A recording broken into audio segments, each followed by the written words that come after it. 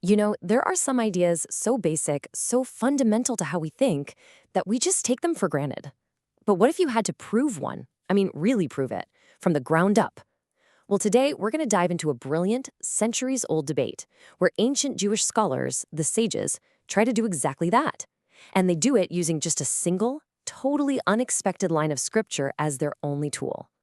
So the core principle they're wrestling with is called ḥazakah. It's a really powerful and honestly super intuitive idea. Think of it this way. When you walk up to a bridge, you just assume it's safe to cross, right? You hold on to that belief unless you see a big sign that says, "Danger, bridge out." Basically, ḥazakah means we establish a status, like, this bridge is safe, and we just assume it stays true until new evidence comes along and proves it's not. But see, for these sages, just saying it's common sense wasn't going to cut it. Nope. A legal principle this important had to be anchored in their foundational text, the Torah. And that's the central mystery for us today. How in the world do you find textual proof for something that just feels obvious? Their search is going to lead them to a very, very unexpected place. All right, so here's our game plan for tracking this incredible piece of logic. First, we'll talk about why this idea of presumption is so powerful in the first place. Then, we're going to look at the very strange proof they come up with. After that, we'll follow the amazing back-and-forth debate it kicks off, watch as a sort of surprise witness enters the picture, and then we'll finish with a final twist that is just mind-bending. So, first things first, why does this matter so much? Well, without a default setting, without a presumption, the entire legal world would just grind to a halt. Imagine having to constantly reprove every single fact, every single minute. It would be chaos. ḥazakah is like the legal system's operating system. It allows everything else to run smoothly. The sages knew this, and that's why they were so obsessed with finding its anchor in the text. Okay, so where do they go looking for this proof? Not in some grand legal chapter, you might think. Oh no.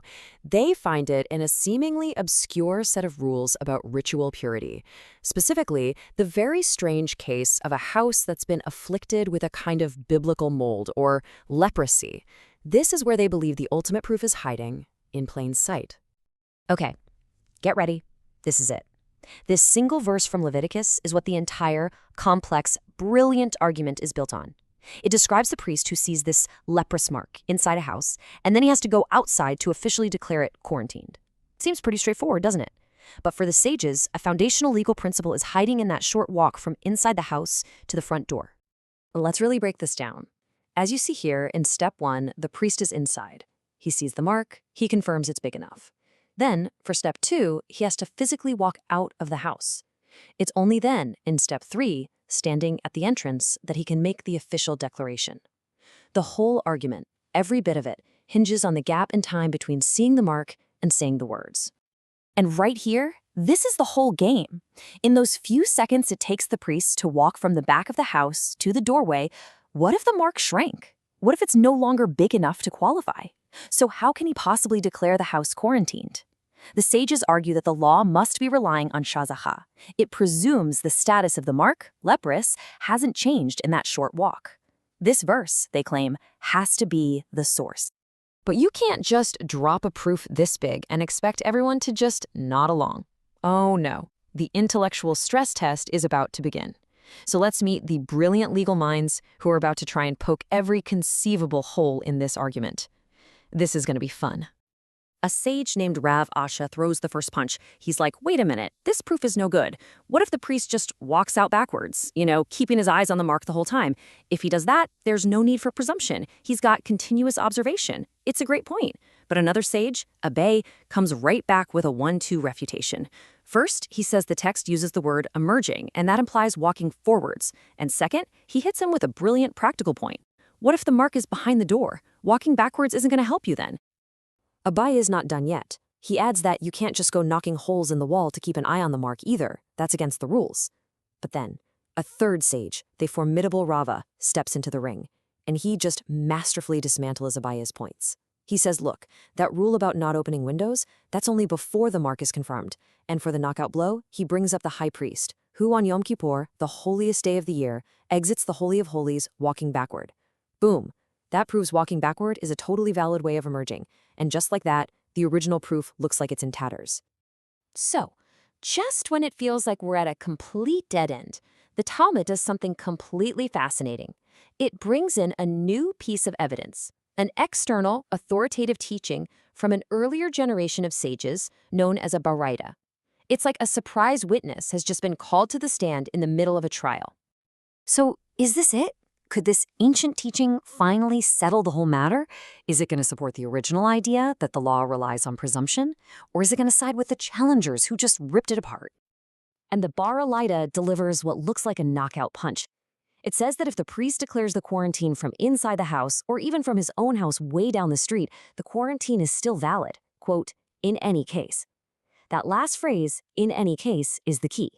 It means a declaration is legit even when he absolutely cannot see the mark. This seems to be the smoking gun, definitive proof that the law must be relying on the presumption that the mark's status hasn't changed. So there we have it. Case closed, right? This authoritative teaching seems to confirm the original theory. The proof from the leprous house actually holds up, and we've found the source for ḥazakah. The debate is finally over. Or is it? And this is why I love this stuff.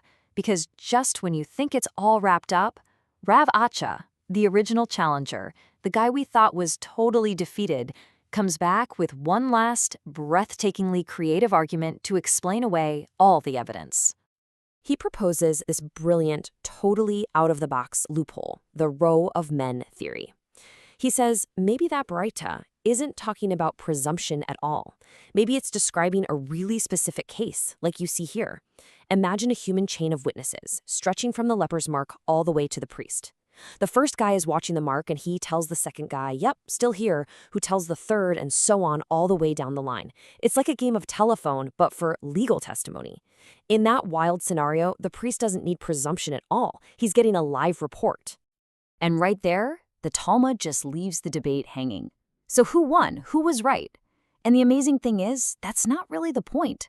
The ultimate takeaway here is the process itself.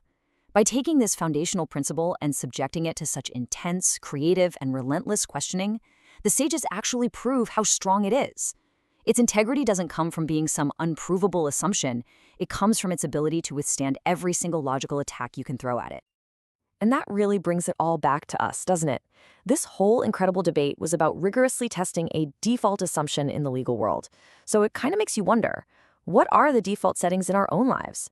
What are the unseen presumptions, our own personal ḥazakahs, that are quietly shaping the thousands of tiny decisions we make every single day?